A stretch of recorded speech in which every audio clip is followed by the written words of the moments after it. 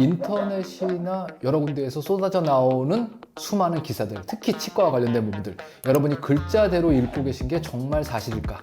뉴스 속의 진짜 스토리, 뉴진스 시작합니다.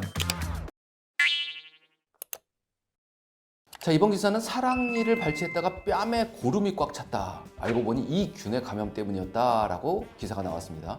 일본 도쿄 치과대학 구강 아간면 외과 교수진에 따르면 2주 전에 오른쪽 사랑니를 뽑았는데 18살 여성이죠. 지속적인 통증과 함께 뺨이 심각하게 부었다. 그래서 봤더니 감염과 농양이 확인됐고, 감염이라는 건 이제 염증이 생겼다는 얘기죠.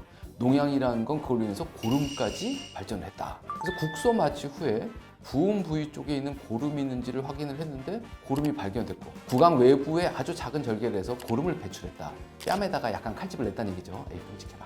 이 고름에서 세균 덩어리가 검출되면서 방선균증이 의심됐고, 검사 결과 방선균증을 진단받았다.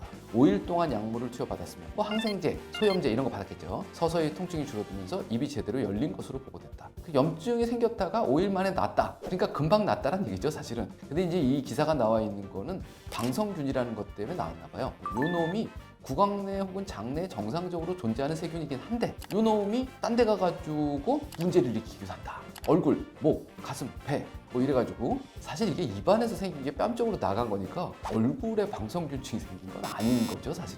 그냥 사랑니를 빼고 감염이 생긴 겁니다. 항생제 사용하고 배농한다.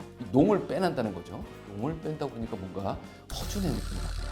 방성균은 입안과 장 속에 침입하거나 상주할 수 있는 균인 만큼 치과 치료 후 입 속에 상처가 생기면 청결에 각별히 신경 써야 한다라고 되어 있습니다. 이게 사실은 흔한 일일 수도 있고 안 흔한 일일 수도 있는 게, 사랑니를 뺐단 말이에요. 근데 그 사랑니가 보통 어디 들었냐? 보통의 경우 뼈 속에 들었습니다. 그럼 이제 뼈 속에 사랑니를 빼고 나면 뼈 안에 구멍이 있겠죠. 그런데 이 뼈 안에 있는 구멍과 바깥쪽이 가끔 연결이 된 경우가 있어요. 사랑니가 뼈 속에 쏙 들어있으면 좋겠는데 쏙 안 들은 거죠. 그럼 뿌리가 뼈 바깥으로 살짝 나가 있는 경우도 있을 거고, 그 다음번에 사랑니를 뺐는데 빼고 나면 잎하고 뼈 속이 열린 거죠. 잘 꼬매요. 그런데 그걸 정말로 이렇게 쫑쫑쫑쫑 꼬매놓는 게 아니란 말이에요. 적당히 꼬매놓습니다. 왜냐하면 입안은 세균에 대한 저항성이 되게 높아요. 왜냐하면 입안은 완전히 세균 덩어리인 상태에서 우리 몸이 살고 있는 거기 때문에 다른 조직과 달리 세균이 있어도 빨리빨리 낫습니다. 그런데 드문 경우에 그 뺀 자리에 음식물 찌꺼기도 있죠, 세균도 있죠. 그럼 이제 거기에 염증이 생길 수가 있어요. 이놈의 염증이요, 어딘가로 입 뺀 자리를 타고 들어가서 안쪽에 자리를 잡는 경우가 있단 말이죠. 근데 우리 몸이요, 여기는 뼈가 있고요, 이쪽은 근육이 있고 막 이렇게 있는데, 이 근육과 근육 사이에 약간씩 빈 공간들이 있대요. 그러니까 몸이 꽉 차 있는 게 아니란 말이에요. 그 빈 공간 속에 얘가 자리를 잡으면 고름이나 이런 게 찰 때 빡빡하게 눌러줄 수 있는 주변 조직이 없는 거예요. 그럼 갑자기 신난다, 운동장이 생겼네 이러면서 이렇게 갑자기 확 커지는 경우가 있습니다. 이렇게 되면 순식간에 고름이 잡히고 염증이 커지는 경우가 있죠. 이제 그런 경우가 뺨 쪽으로 저렇게 증상이 드러나는 경우들이 있습니다. 안쪽에서부터 먼저 고름을 빼려고 노력을 해봐요. 이제 사랑니 뺀 구멍이 좁고 그러니까 빨리 고름을 빼주는 게 좋겠다, 그 공간에. 그럴 때는 바깥쪽에 아주 작은 절개를 하고 요만한 튜브가 들어갈 정도로 바늘구멍을 하나 내고, 그 바늘구멍으로 엔진오일 뽑아내듯이 고름을 쪽쪽 뽑아내는 거죠. 이렇게 하고 항생제를 먹으면 대부분의 경우는 낫습니다. 이 기사에서 우리가 알아야 될 건, 사랑니를 뽑고 난 후에는 감염될 가능성이 있다.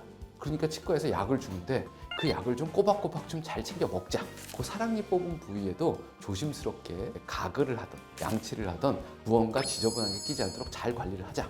아프면 치과에 가야 되는데 보통 꿰맨 자리는 일주일 후에 오세요 그럽니다. 그럼 3일 동안은 많이 아파요. 3일 지나고 나면 살만해요. 그리고 일주일쯤 지나고 나면 가서 실밥을 빼면서 잘 아물고 있는지를 봅니다. 가셔야 된다는 거예요. 가끔 안 가가지고 그 실밥과 상처 부위에 밥이 하나 가득 껴서 염증이 확 생겨서 나타나시는 분도 있어요. 근데 보통 우리가 일주일 후에 오세요 그러면 초기 치유된 걸 체크하러 오시라는 겁니다. 그러니까 한 3, 4일이 지났는데 이게 나아가는 게 안 보이고 점점 더 부으면 어떡하셔야 돼요? 치과에 전화를 하셔야죠. 그러니까 뺨이 띵띵 부어 오를 때까지 버티지 마시고, 이상하면 치과에 가서 확인 받으시면 이런 일들이 생길 가능성은 좀 적겠다.